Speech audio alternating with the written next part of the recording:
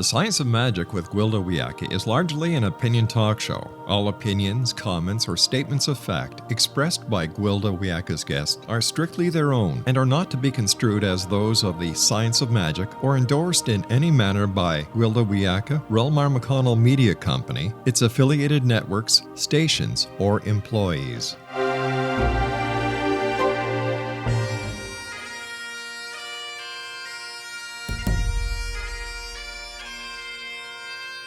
Welcome to the Science of Magic with Gwilda Wiyaka, a program dedicated to uncovering the unified nature of reality and humanity's ever-evolving place as truly galactic beings. For more information on the Science of Magic with Gwilda Wiyaka, visit us online at www.thescienceofmagic.net.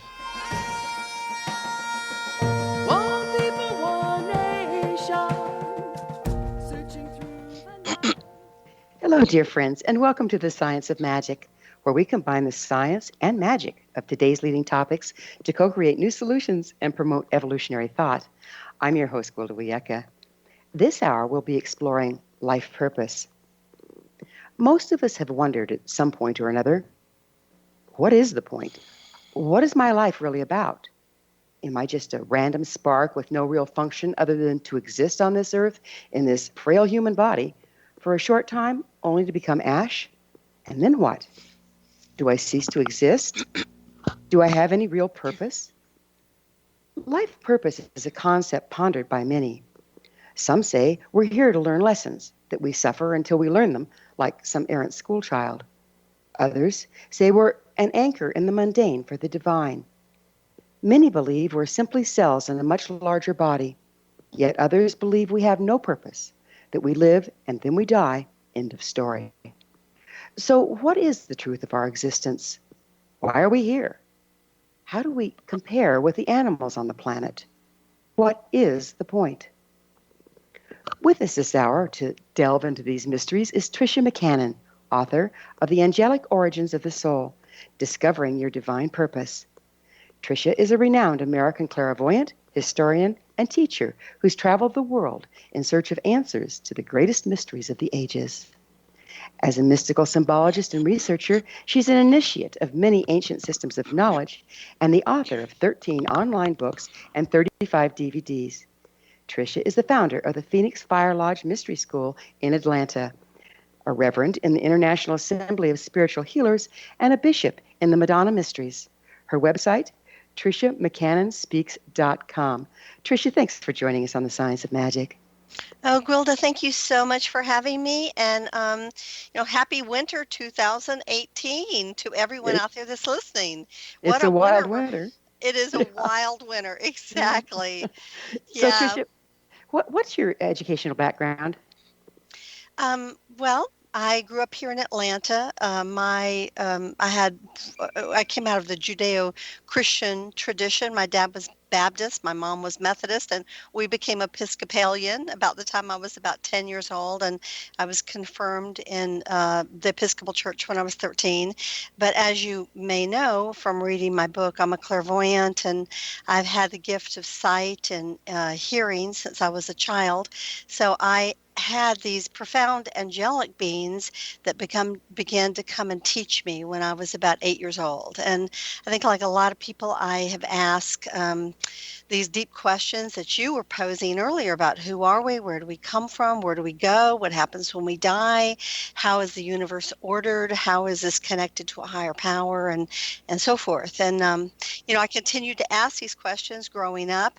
I went to Florida State University and graduated from there, and wound up coming back to Atlanta and opening my photography business, which I had for many years, where I was shooting for Macy's and Calvin Klein and Coca-Cola and AT&T, and that was my Clark Kent world for over 25 years.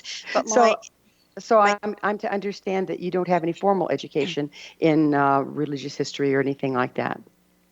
Well, I seem to have been fascinated by the subject and this is why I've written a book on the lost years of Jesus with 1,200 footnotes on the rise of the divine feminine and how we've fallen out of balance underneath the arm of the patriarchy with over 500 footnotes. The book that I've just written, The Angelic Origins of the Soul, as you notice, has about 100 pages of appendixes and footnotes and back matter in the back of that. And I So honor you, all the great traditions. so you do a lot of research in your writing. I am a very intensive researcher, and I believe in really honoring the esoteric traditions and all the great world religions.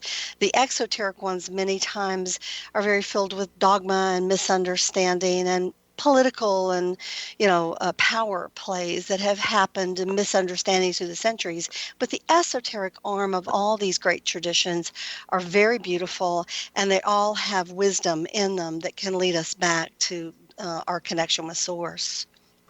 So, Tricia, what's the meaning of life? Oh, just kidding. Let's start out with something smaller by defining what exactly is the soul. That's so funny. Well, I think a lot of people have different ideas about it, but generally speaking, as I chronicle in the first of 4 sections in this book, where I go around and honor what all the different world traditions have said, the soul is that eternal part of us that is beyond time and space. It is, let us say, a spark in the body of God, or it's been called a drop of water from the great cosmic ocean of love and mercy, or a single flame from the, let's say, great central sun. So we have the spark of the divine within us, but clearly our bodies are mortal and our personalities are, flawed, as we can all see. But the soul that resides within us, that allows us to have life and continuance between lifetimes, that soul is immortal, and it comes, of course, from Great Spirit or the Creator. So, is a person's soul housed entirely in the physical body while they're alive, or is it more expansive than that? Well, the esoteric teachings actually tell us that the greater part of who we are continues to reside in the higher realms, even when we're taking lifetimes in the physical world or the astral world or the mental worlds, any of the different dimensional planes. And consequently, who we think we are down here may only be 20% of who we are, or 30%, or 40%. And this is also why, although I think it's unusual, some souls can actually choose to have multiple existences at the same time. For example, you might have a life on this planet, but you might also be running an experience, let's say, on a spaceship up there, or I've even because I'm a hypnotherapist and a regressionist and have been for over 20 years, I actually have encountered people who are having 2 physical lives on this planet, and I think that's very unusual. I don't think that's the normal thing. So, A two normal physical lives on this planet at the rather same than at the same at the time. same time. Okay. What Yes. happens if they run into each other? Well, actually, in this case, my client was a lovely woman who had had a really, really, really difficult lifetime. She was from Germany and she lived in America now. But her counterpart was actually a male aspect of her that was having a wonderful life, happily married with a family, a loving family in Ireland. And so I'm sure each life had its own challenges, but bizarrely enough, my client was actually so annoyed when she experienced this under hypnosis. She was mad, like, why is he having all the fun and I'm having all the misery? I'm like, what do you mean he? It's you. You know, Well, not to be the devil's advocate here, but if she'd had a pretty tough go, and she may or may not have been mentally stable, how can you tell if what you're getting under hypnosis is actually literal, or are we dealing with 2 personalities in the same body? well, I think that's a really good question. But in this case, I happen to have known this person for about 10 years, and she had had a rough time, but she was in the health profession. She was actually a nurse and the doctor in the hospitals, and she was very stable and very sound and, totally in her right mind. She wasn't a case of multiple personality. Okay, so that being the case, again, how can we tell if what we're dealing with is actually literal rather than energetic or metaphorical when we're dealing with multiple lives on the same planet or out in space or whatever? Well, I think at a certain level, we can argue that it doesn't matter. Basically, as we all know, we have a higher consciousness self that, and we have a subconscious and we have a conscious mind. The conscious mind is our beta brain, which is very limited. It has a limited amount of access to, let us say, cosmic knowledge. We're all convinced that we are this body, we are who we are. We define ourselves by our personality or our looks or our money or whatever our ego has taught us in our society. The subconscious, however, it corresponds to the alpha theta brainwave states.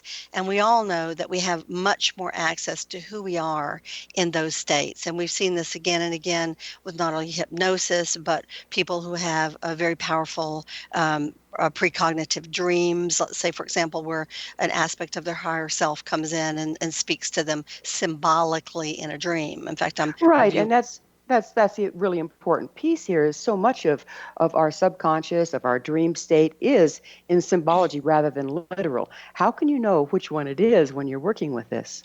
Well, as I said, I think that every person has to figure that out for themselves, number one. I think with dreams, for example, or visions, it's best to kind of write them down and then kind of circle the words that have the most juice, and then try to look at what the symbolic associations of your subconscious might be trying to tell you using those metaphors. And sometimes the subconscious is quite literal, giving you a key to a problem or showing you this book that I've been reviewing recently for my publisher. It's another writer, but it's people who've had dreams about having cancer, and they've gone to the doctor, and 99% of the time, these dreams have all been true, and it's diagnosed the cancer. Well, we're going to have to pick up on this train of thought on the other side of a commercial break. Okay. Tricia and I will return shortly, so don't go away. Remember, our current episodes are internationally broadcast and aired daily through the X-Zone Broadcast Network. Past thought-provoking episodes are available free of charge on our website, thescienceofmagic.net. This is The Science of Magic with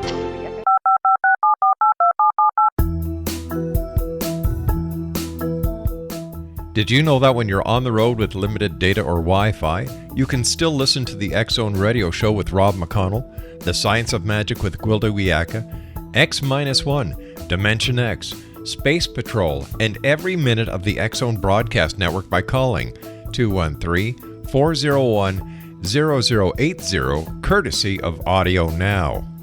No smartphone, app, or internet needed. It saves your data plan, and it's free if you have unlimited minutes. Call 213-401-0080 to listen on any phone, anytime, anywhere. Remember 213-401-0080 for the best of the paranormal, parapsychology, and sci-fi radio programming anywhere, 24/7, 365. Gwilda Wiyaka's latest book, The Science of Magic, Book of Mysteries, Volume 1, is the first book in a series based on her writings that open every episode of the Science of Magic radio show. Drawing on the subject matter of each guest, and armed with over 40 years' experience in shamanism, 35 years in alternative health, and degrees in psychology and religious studies, Gwilda introduces relevant and leading-edge information that supports spiritual evolution and personal empowerment. Rich with wisdom and inspirational quotes packaged in digestible segments, this is a book that will pull you from cover to cover. It will also serve as a daily inspirational reading for years to come.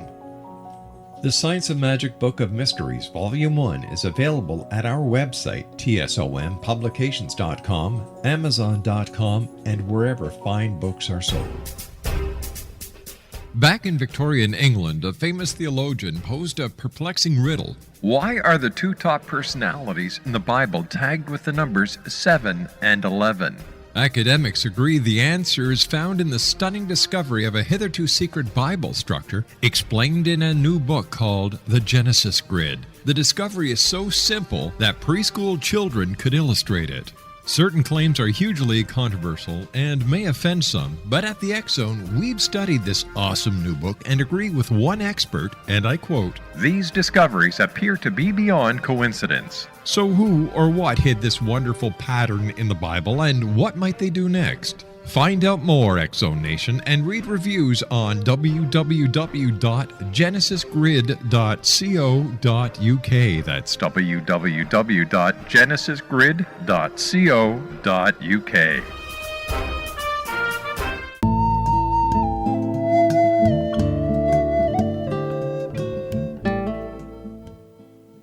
Welcome back. This is the Science of Magic. We're dedicated to unification and evolution of consciousness. I'm your host, Gwilda Wiyaka. Our guest this hour is Tricia McCannon, author of The Angelic Origins of the Soul, Discovering Your Divine Purpose. Her website, TriciaMcCannonSpeaks.com. So, Tricia, we were talking about the soul and how it can occupy, apparently, more than one place at the same time. What happens to the soul when the physical body dies? Great question. Well, one of the things that I share about in my book, The Angelic Origins of the Soul, the second section of these 4 sections of the book is called The Landscapes of Heaven. And this is a subject I have always been fascinated by, and I think most people have, about what's on the other side. And of course, as a clairvoyant who's read for over 6,000 people around the world, many times I actually have been able to track people who have died over to the other side, see where they're living, see what's happening to them. But in my book, I chronicle the 17 stages of the near-death experience or the death experience. If you don't come back, of course, we don't know what happened to you. But if you died and went to the other side and then you return to Earth, there are millions of people around the world now with the current medical science where people are being brought back from these brink experiences where they report, having this swirling energy like a tunnel appear, like a stargate. They're drawn through this tunnel, and at the end of the tunnel is this magnificent being of light. There seems to be kind of celestial music and sort of a misty landscape, and they find themselves facing this incredibly benevolent, loving, unconditionally loving presence, which many people think, well, maybe it's Jesus or Mary or Buddha or, the Yamadutas, the death angels in the Hindu tradition. But actually, the Tibetan Book of the Dead tells us that this is actually our higher self. This is actually our angelic twin, is what the Gnostic Christians taught, and that's what they called it, that resides in these higher realms. And of course, the first thing So wait a minute. You're telling me that there is no heaven, that it's just a piece of us?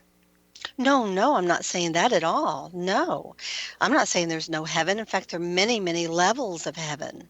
There are many different dimensional levels of heaven. But the being that first meets us is this profoundly beautiful, unconditionally loving being. And the first thing that this being says is, let's take a look at your life review. And so time and again, these near-death experiencers report how suddenly this holographic movie opens up. It's like they're reliving all these scenes from their lives, many that they had forgotten. And of course, they're seeing where they did well, where they were kind, benevolent, wise, helpful. And they were also seeing where they could have done better, or they were selfish perhaps, or a bully, or brutal, or, self-centered. So is this associated with like going through the bardo, where you have to go through the lower frequencies and the places that you've fragmented out from yourself before you can gain enough frequency to cross over? Are we looking at purgatory or the bargo when you start going through your life history? No, this is not purgatory. Purgatory would be something different, but this is actually the life review to see sort of like, how did we do? In each life, let's imagine that in our great book of life, every lifetime we live is a chapter. So at the end of every chapter, every life, we review and see, how did we do? Did we meet the goals that we had set for ourselves? Did we achieve the things that we had wanted to achieve? Did we grow spiritually in our heart, in wisdom and kindness and love? Did we move forward in our mastery, our path of mastery? And then, of course, if you get sent back, the people who get sent back it's not your time. Okay, glad you got the life review, but go back. You've still got, children to raise or people to help or a job to do. And so isn't that a choice? Aren't we given a choice at some point whether we want to go back or not, or does it vary from person to person? Well, we are given a choice, but when I died, and I died in 2003, I had been in the hospital with a very intense fallopian tube infection, and it was supposed to be a 2.5-hour surgery, and it was a 4-hour surgery, and I died on the operating table. And I had a very profound experience myself. I don't remember going through the tunnel. I don't remember meeting that being of light, as probably 80% of all near-death experiencers do. I found myself sort of immediately transported in front of this council of my light council. And everyone has a light council, whether we have spirit guides that are our supporters and protectors. There might be one or two or three, but this light council is at an even higher level. And there may be 5 or 8 or 10 or 12 people on your council, depending on who you are. And they So know all your history. are these people that have been people, or are they simply spirits that have not been incarnate? What are they exactly? They are beings who have been incarnate many millennia ago. They have achieved spiritual mastery, and now they are in spiritual service to those of us who are brave enough, strong enough, or crazy enough to volunteer to come down into the third dimension and take on the mantle of gaining our own mastery. So they have great compassion and great love, and they're very encouraging. This is, when you hear about, I go to heaven and, you go before the judge to be judged. This is not like they're judging you in a harsh way. They can see our strengths and our weaknesses. They know what we have to work on, and they give us great encouragement and love and honor for the progress that we make. So And how'd you find out about these beings? well, I met them. I met mine. There were 5 on my council, and they were humanoid in shape, totally luminous, like white, gold light. No, I couldn't see any features like a nose or eyes or mouth or anything, but they were humanoid. They were totally telepathic, and they totally flooded me with unconditional love. And they said, "We see who you are, and at the purest level of the heart. And we really honor you for all the thousands of people that you've helped through the years, with my readings and my healing work and my teaching and speaking out in the world." And I said, "I'm really tired. I want to come home." And I don't know how they did it, but they let me see my life as if I had gone ahead and crossed over. And Tricia, I've talked to a lot of people that have had bona fide near-death experiences that haven't necessarily met that council. Why do you suppose that is? Well, I don't think many people do meet that council of light. I mean, they each have their own council, of course, and it's not that they don't have one and I do. We all have a council. I think it's that some of the things that I had done in my spiritual service, without getting into the details, I had already gone through about 3 near-death experiences where they had each been, huge $40,000 medical hiccups. And I had done it in terms of processing mass karma for groups of people. It's too complicated a subject to go into in this short broadcast. But I had already done a lot of work in my life in terms of spiritual service. And I was really, really at the point of wanting to give up. I was tired. And I certainly didn't want to come. So do you think that unless you're in spiritual service in an obvious way on the planet, that you're not going to see your council? What are you saying there? Well, I can only speak for myself. I think everybody is unique, and your counsel knows exactly where you are. For some, it's enough to encounter your beautiful, divine, angelic higher self, and that's all they need. It's perfect. For others, like Daniel Brinkley, he was actually taken into this crystal city of light and had this whole huge group of masters appear to him that gave him prophecies, and it totally turned his life around. I think every single person is unique, and it's not like I'm any more fabulous, wonderful, special, and profoundly enlightened than you might be. But what happens for you would be perfect for you, or for Rob, our producer. And this was perfect for me because there are a lot of realizations I had during that encounter. For example, I realized that what matters is not how big a car you have or how big a house or how much money.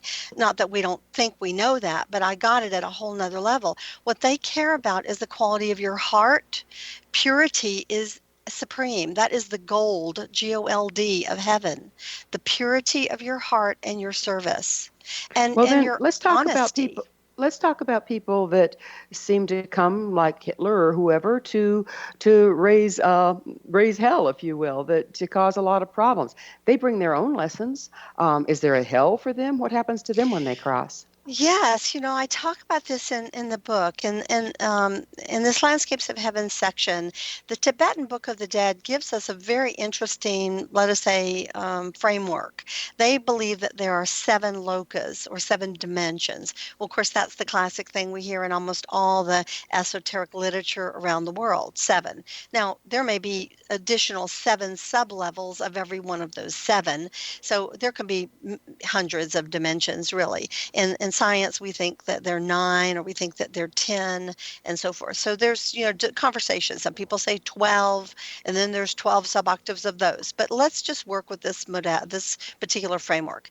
The Tibetan Book of the Dead believes that there is this central place of oneness and wholeness that you and I would describe as heaven, and then it moves up in probably other spheres. But that within the realms of, let us say, reincarnation, that there are certain spheres where the soul can go. They're the realm of the humans, that's us, the realm of the gods that live much longer lifetimes, the realm of the demigods, the realm of the hungry ghost. In other words, people who are trapped between the worlds and they really need to get out. Well, we're going to have to pick up on the hungry ghosts and the trapped spirits and the demigods on the other side of a break. Tricia and I will return to our discussion on the other side of this break, so you stay right there. Don't miss all the wonderful things we have to offer on our website, your resource for creative solutions in a changing world, thescienceofmagic.net. This is The Science of Magic with yours truly, Gwilda Wiyaka, on the X-Zone Broadcast Network, www.xzbn.net.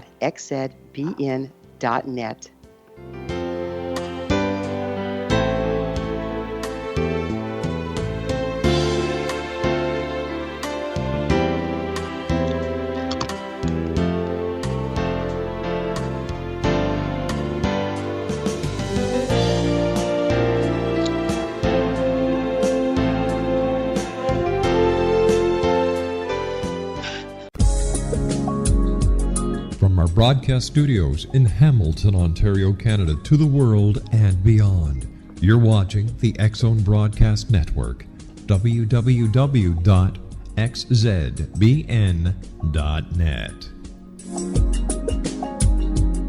AVS Media Den.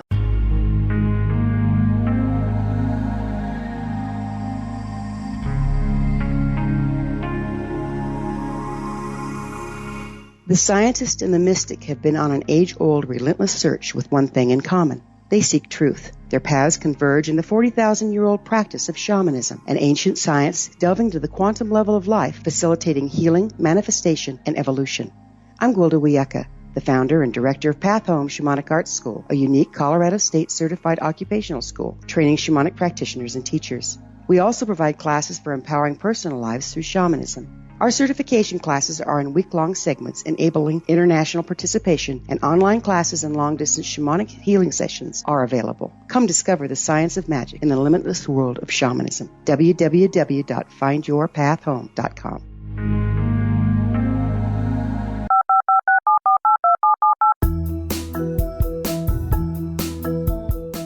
Did you know that when you're on the road with limited data or Wi-Fi, you can still listen to the X-Zone Radio Show with Rob McConnell, The Science of Magic with Gwilda Wiyaka, X-1, Dimension X, Space Patrol, and every minute of the X-Zone Broadcast Network by calling 213-401-0080, courtesy of Audio Now. No smartphone, app, or internet needed. It saves your data plan, and it's free if you have unlimited minutes. Call 213-401-0080 to listen on any phone, anytime, anywhere. Remember 213-401-0080 for the best of the paranormal, parapsychology, and sci-fi radio programming anywhere, 24/7, 365.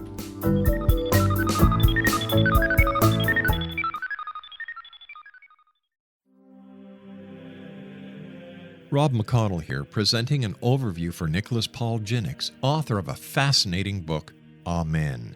It presents facts revealed by Egyptologists, facts that enable us to understand why Amen is the beginning of creation of God. It provides recommendations for religious leaders of the major religions to unify their beliefs and teach the Word of God. Love one another. Amen informs people how mankind conceived God. It was the Egyptians that developed the concepts of a soul, a hereafter, and Son of God. And finally, after the worship of many gods, they conceived the belief in one universal God, the maker of all there is. For more information, visit www.futureofgodamen.com. That's www.futureofgodamen.com.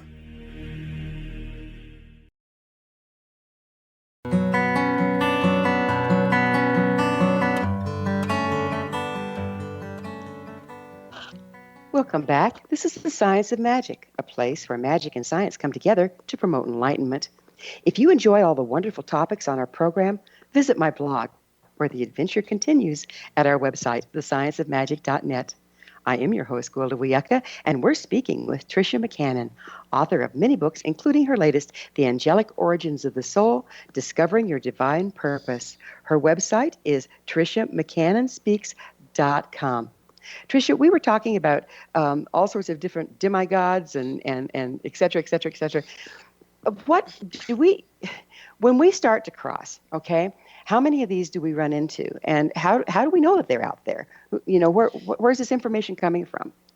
Well, again, I was sharing with you and our listeners some of the information from the Tibetan Book of the Dead. And of course, there is information that we can look at in the Theosophical Society and the esoteric teachings of the Jewish and the Christian and so forth. You know, the Christian thing sort of dumbed it down to saying that there were three choices, three heavens. This is what St. Paul tells us, you know, three levels to heaven. Well, it's interesting because in the theosophical expressions, for example, they talk about in the astral plane, which is one of those seven planes, there's seven sublevels, okay? So I actually chronicle them and do diagrams of them in this new book, The Angelic Origins of the Soul.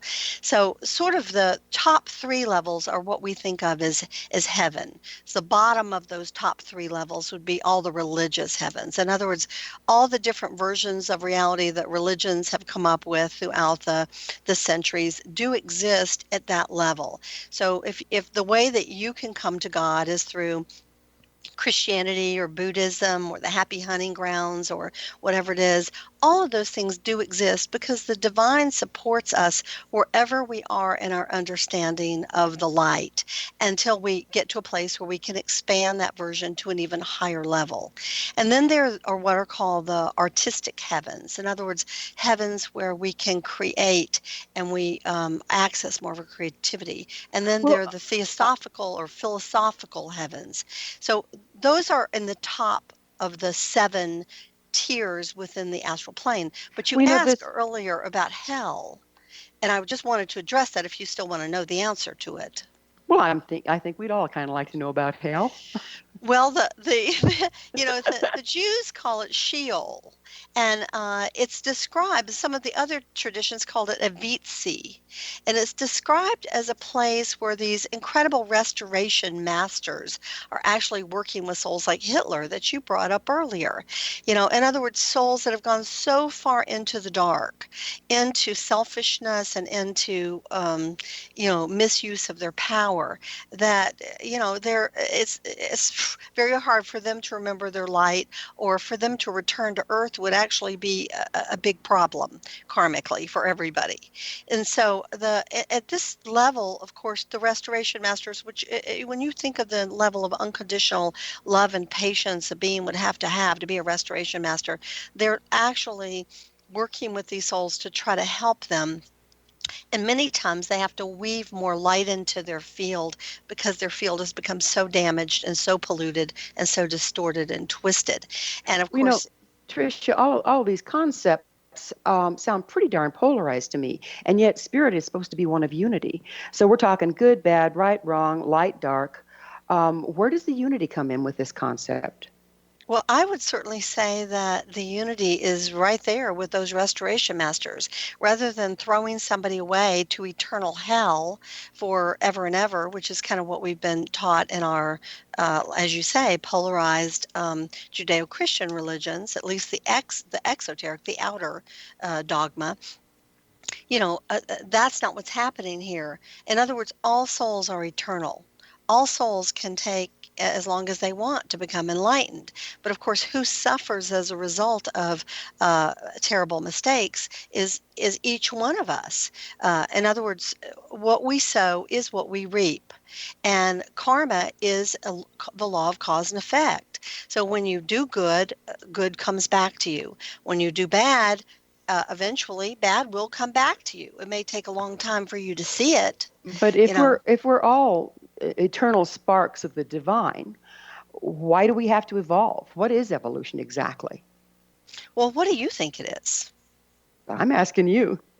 Well, to me, evolution is going from a place of, as I talk about, this is in the section 3 of my book, actually. It's so interesting. I love how you're kind of asking these questions in a certain way that allows me to share this. We begin with oneness. Everything is, let us say, as the masters call it, the ocean of love and mercy. We all come from that place, the plentium. And one of the concepts in esoteric Christianity is called I think it's called kiosis, and it has to do with the outpouring of the divine where the one becomes the many. And of course, we are part of the many. There's billions of us just on this planet alone, and we're just talking about humans, let alone animals and insects and birds and so forth, and let alone all the other planets and the other suns and the other kinds of beings that are doubtlessly out there in the universe. So the one steps itself down and becomes, let us say, the two, the divine father and mother, then becomes the three, the doorway through which it's all created. I talk about all this in the book. Then the 4 and the 5, which would be the divine father, daughter, and son that we hear about in some traditions. And then eventually, we get the angels, and then we come down eventually to the gods, the demigods, the humans, the animals, the plants, the soil. So in other words, the spark of the divine is in everything. And that is that concept of unity you were talking about. But they say it sleeps in the stones, it feels in the plants, it thinks in the animals, and it has a chance to awaken to its own divine nature in humans. It's a transducer of sorts. Pardon me? It's a transducer of sorts, like an electric transducer. Will change the voltage of something so that it can be expressed through a CD player rather than through the outlet in the wall. Okay, so this is a stepping down so that it can be incarnate. That's a great analogy, a stepping down, and they call it the great chain of being. That's what it's referred to in the inner teachings of the masters, that there is a great chain of being. So, eventually the idea, of course, is that the if you think about it, the plants eat the soil. That's what they thrive on, as well as water and sunlight, of course. The animals eat the plants. We eat the plants and the animals. We can say who eats us. That's a good question. Maybe nobody eats us, but we have certainly, let us say, forces that are vying for our attention. The force of goodness and the force that takes us away from that awakening. So let's change gears a little bit here. How about all the proportioned disincarnate spirits haunting our reality? Are they real? Are you talking about ghosts? Is that what you're thinking? Mm-hmm. Well, I think most souls go ahead and go on into the light. In other words, they leave the physical world and they move up into, let us say, the astral world, to whatever level their consciousness or their vibration is vibrating. And of course, the higher you can go in each human life, the higher you go when you go to the other side. And it's not about punishment. I think that's very important for people to understand. None of this is about punishment. We punish ourselves, actually, and people say this over and over again. But we've got a lot of reports of ghosts and for that matter, spirits and angels in this reality. Yes. Where's all that talk coming from, and what are we looking at there? Well, ghosts are basically people who have not chosen to move up into the higher realms. They are for whatever reason, there's treasure buried in the backyard. They're concerned about their grandchildren. They died suddenly in trauma and they don't even know they're dead for a period of time. They died in fear as a prisoner. They died in a state of mental illness because they were old or they were on pharmaceutical drugs, and they're disoriented for a time. And of course, their guides are trying to get their attention and to help them to get free to go to the appropriate place. Some of them don't, and this is what what happens. But over a period of time, even hundreds of years, while a ghost can remain, eventually the astral body will dissolve, just like the physical body would.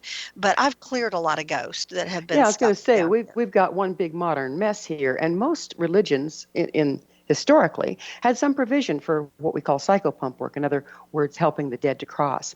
What do we have Yes. available now? I understand you do that, but it's not that common. So do you think the population of ghosts is a result of not having that provision to help someone find their way? I've never thought about it, but I think you've got a great point. I never set out to try to clear ghosts, but what happened is when I encountered them, I mean, I knew it wasn't right for them to be stuck. I wouldn't want to be stuck. They're just people, but they're people that are confused or disoriented or hurt or wounded or whatever. And so, I work very strongly with my guides. So I started opening a portal, and I would call in the angels of transition, ones that we all know about, Michael and Raphael and Zadkiel and so forth. And I would talk to the ghost because they were usually people that were scared. They'd been stuck there. And I would explain, hey, look, you have loved ones, look up into the tunnel of light. There are people who love you that are waiting for you. It's now time for you to go. Don't Well, you think you've... we're going to have to pick up on ghosts and how to get them across and how not to get stuck. I think everybody would be interested in that on the other side of a break. So we will return shortly. This is before we pause, let me tell you to check out the amazing upcoming Galactic Shamanism classes for children and adults on findyourpathhome.com. After all, we are your resource to altruistic professionals of science and the esoteric, working together to create common ground in our world. You're listening to The Science of Magic with Gwilda Wiyaka on the X-Zone Broadcast Network, www.xzbn.net.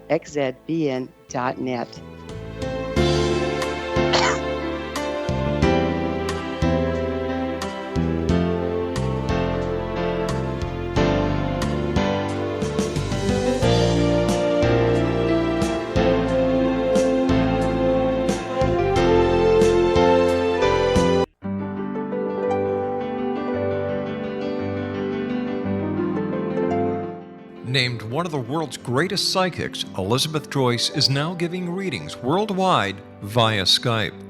Elizabeth Joyce is recognized for her clairvoyant ability to help find missing persons, her analysis of dreams, past life regression work, mediumship, and her accurate predictions.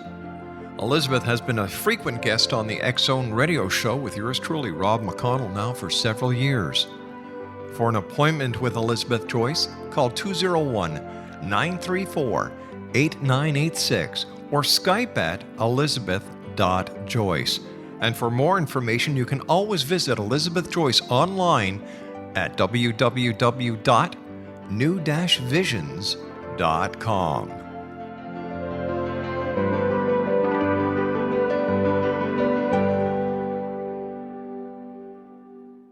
The new nonfiction book, Razor of Madness, is similar to cult movies like Clockwork Orange, Dragon's Tattoo, or The Other Side of Hell. Wayne Morin Jr. and Thomas Lee Howe will expose widespread and systematic deficiencies in this thought-provoking tell-all novel. Mind control rages among scholars in law schools. Human rights are ignored while thought reform and mental manipulation are accepted practices used as behavior modification. Dr. Louis Jolyon West comes to mind.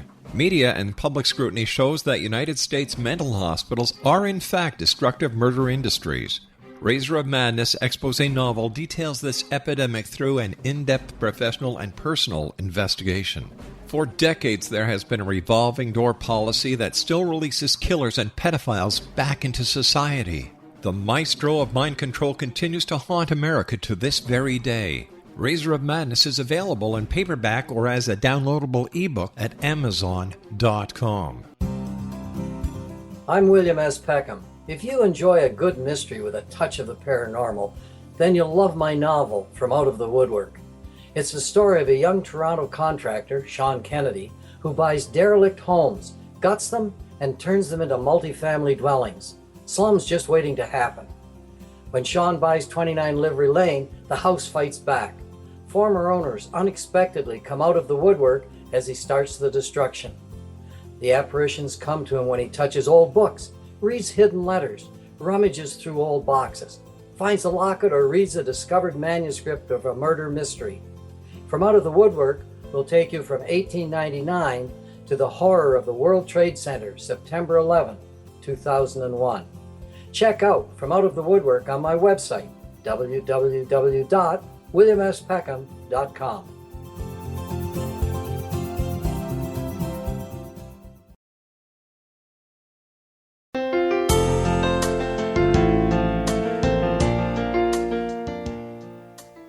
Welcome back. This is the Science of Magic, bringing together gifted people of service to the world. I'm your host, Gwilda Wiyaka. What's up in your world? I always love to hear from my listeners. Email me at info@thescienceofmagic.net and suggest a topic or a guest that's on your mind. I'm sure we'll all enjoy them. Our guest this hour is Tricia McCannon, author of The Angelic Origins of the Soul, Discovering Your Divine Purpose. Her website is TriciaMcCannonSpeaks.com. Tricia, we were talking about helping the dead to cross and all this fun stuff and how people get stuck here. I would assume that's kind of a lower frequency where they get stuck at. And the whole point is teaching them how to raise their frequency enough to walk out. And that can be accomplished by a heart connection with somebody on the other side. Is that correct? I think that's really well said, actually. I've never thought of it like that, but I think love definitely is the answer. And a lot of what holds us here is fear. Fear of unfinished business, or fear of what happened to us, or fear of violence, or fear of what's going to happen to our grandchildren if we pass from this world. And so love is absolutely the bridge that helps us to cross over. So yes, let me just say, I actually talk about some of these processes in my book, The Angelic Origins of the Soul, if people are interested. But it's really important to know that once you open that portal and you send them through, you really want to be sure to close the portal. When I first started doing this, I did not know enough to close the portal. And every single day I was working in England, in the beginning I had 3 or 4 ghosts. The next day I had 100 ghosts. The next day I had 1,000 ghosts. And, it's like, what's happening here? And I realized I'd sent this huge beacon of light up, and every ghost from, hundreds of miles around had seen it and come over to find out what it was. And so it's very important, that you actually do it in a particular way. And I describe that, of course, in the book. So, right. So if our souls are outside and inside of our bodies, is it possible that some of the disembodied spirits actually come from the living? Well, I've certainly never thought of that, but I would say this, that soul is very deliberate. This higher self doesn't incarnate randomly. We incarnate for very specific reasons. And when we end a lifetime, the higher self has remained, of course, up in the higher realms all along. And that higher self could be connected with, let us say, the delta brainwave state of consciousness that we need to connect with on a nightly basis to feel really restored and rested. But the souls that are still trapped down here, in Egyptian teachings, they talked about 9 subtle energy bodies. So there are certain bodies that are connected with the physical body that once we don't have the physical body anymore, we don't need them, like the physical etheric sheath that extends about 1 inch from the body. When we physically die, we don't need that anymore. But so where does the energy from it go? Energy is not created, nor is it destroyed. So where does it go? Well, there are certain things that dissipate, just like the molecules of our physical body eventually disintegrate into, the soil. So the subtle energy bodies, some of those can disintegrate. And they, in time, like the astral body, has a lifespan of several hundred years. So even if a ghost doesn't, get with the program of moving up into the higher realms, eventually, after a few hundred years, that astral body will dissolve. between every lifetime, we go up and we reconnect with that higher self. And eventually, the astral body that we had in that lifetime, or the mental body, eventually will begin, and each one of them has a successively longer lifespan, eventually begin to dissolve. But when we reincarnate, we can pick a new physical body, we pick a new mental body, a new astral body. But the seeds of what we've already created and learned, our interests, our proclivities still remain with us, so that there is continuity between lifetimes, even though the personality will reform each time based on its environment, its genetics, its experiences, its choices. But still, this is why some of us may be attracted to Japanese furniture or Chinese food or So, French wall so, murals or paintings. so if the soul is so expansive, like we were talking about, and as you go up to the higher levels, there's less and less differentiation. Are there combinations of souls comprising the individual, different combinations each reincarnation? You got to ask that question a different way. I'm not sure I understood it.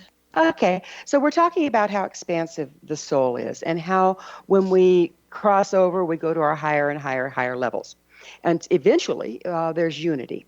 So when we come back in to reincarnate, are there different combinations of souls comprising the individual each reincarnation? So you talked about having one soul occupying two different people on the planet. Can it be the other way around? Can various portions of souls incarnate in one person?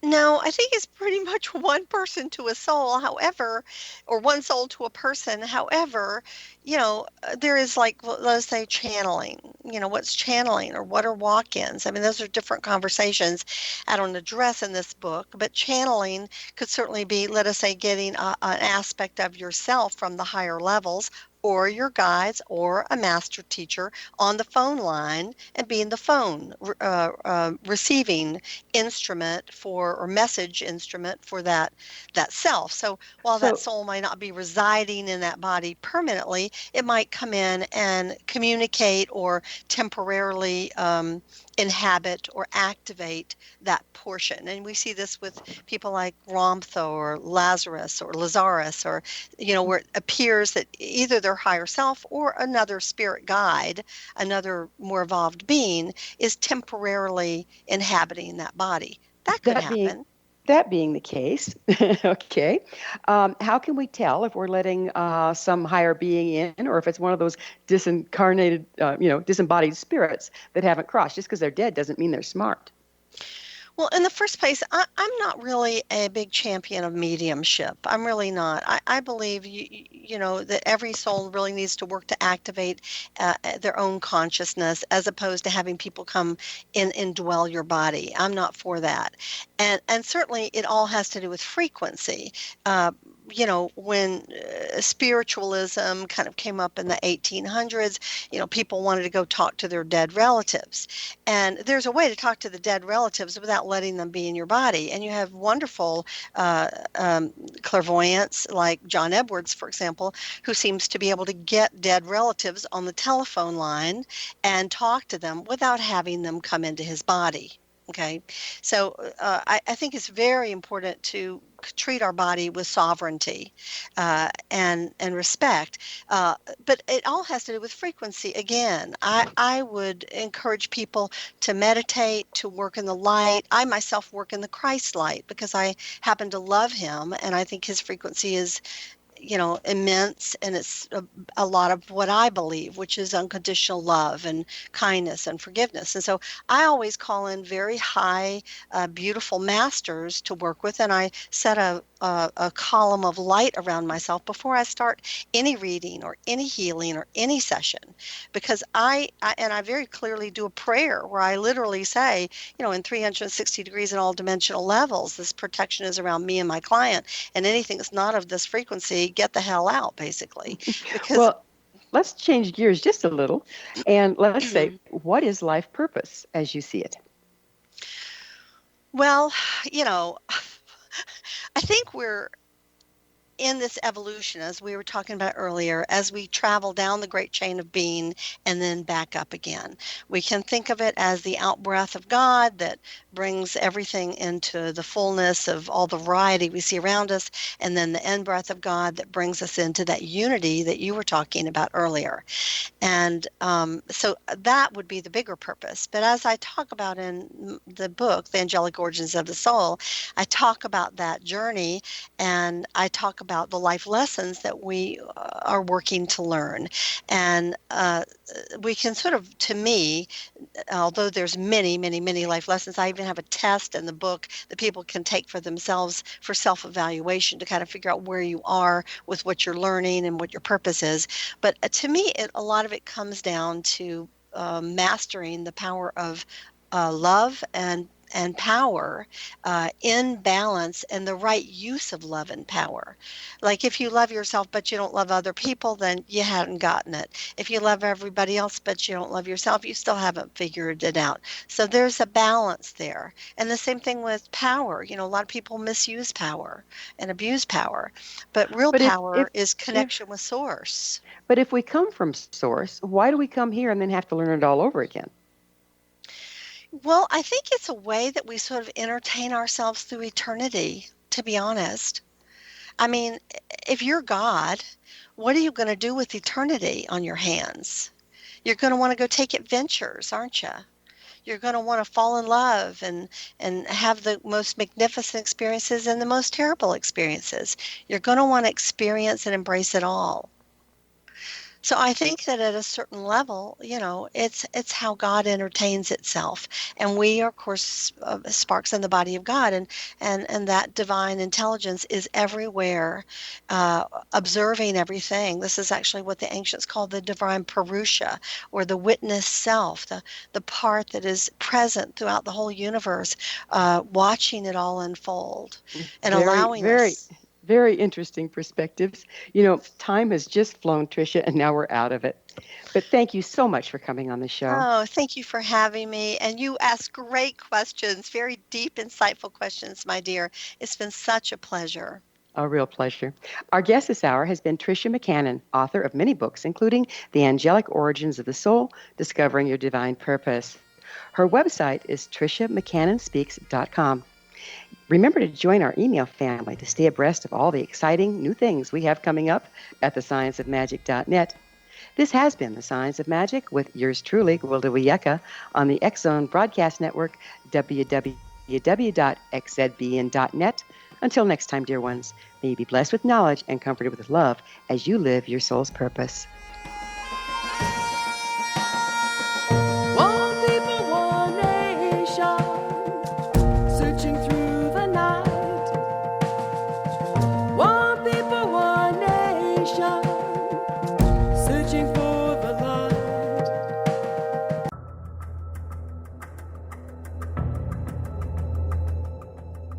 Modern Esoteric, Beyond Our Senses by Brad Olson, consummates the lifeology story about where humanity originates.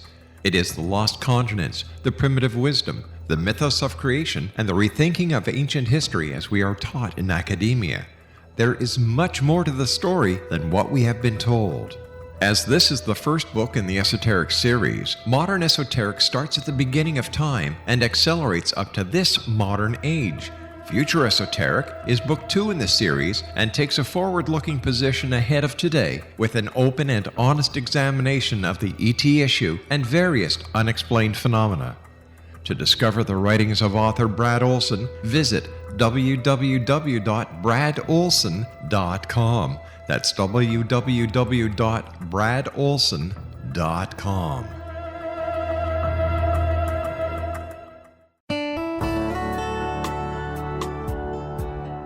Are you or is someone you know struggling with addictions, depression, anxiety, relationships, low self-esteem, lack of confidence, grief, success, and prosperity? Do you know that your subconscious belief plays a big role in the outcome of your hard work? We can help you permanently change the beliefs that may be the reason for your struggles and failures. We care about getting you the return on your investment and the results you are looking for. We can help you be free of the limitations of your past and in realizing your highest potential. We work with people by phone and Skype. For more information, visit us at www.ritasoman.com. That's www.ritasoman.com.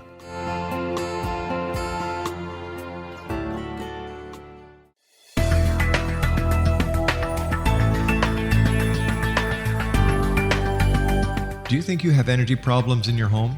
Do you feel better when you're away than when you're home? Joey Korn is a global leader in the world of dowsing who specializes in personal energy clearing and space clearing. He can help you create an ideal energy environment in your home no matter where you live in the world. Learn about his remote spiritual house cleaning services and much more at www.dowsers.com. You can get Joey's book, Dowsing, A Path to Enlightenment, as well as other dowsing books and tools, Kabbalah books, and Walter Russell books. Joey's work is really amazing. Go to dowsers.com right now. That's DOWSERS.com or call 1-877-DOWSING. That's 1-877-369-7464.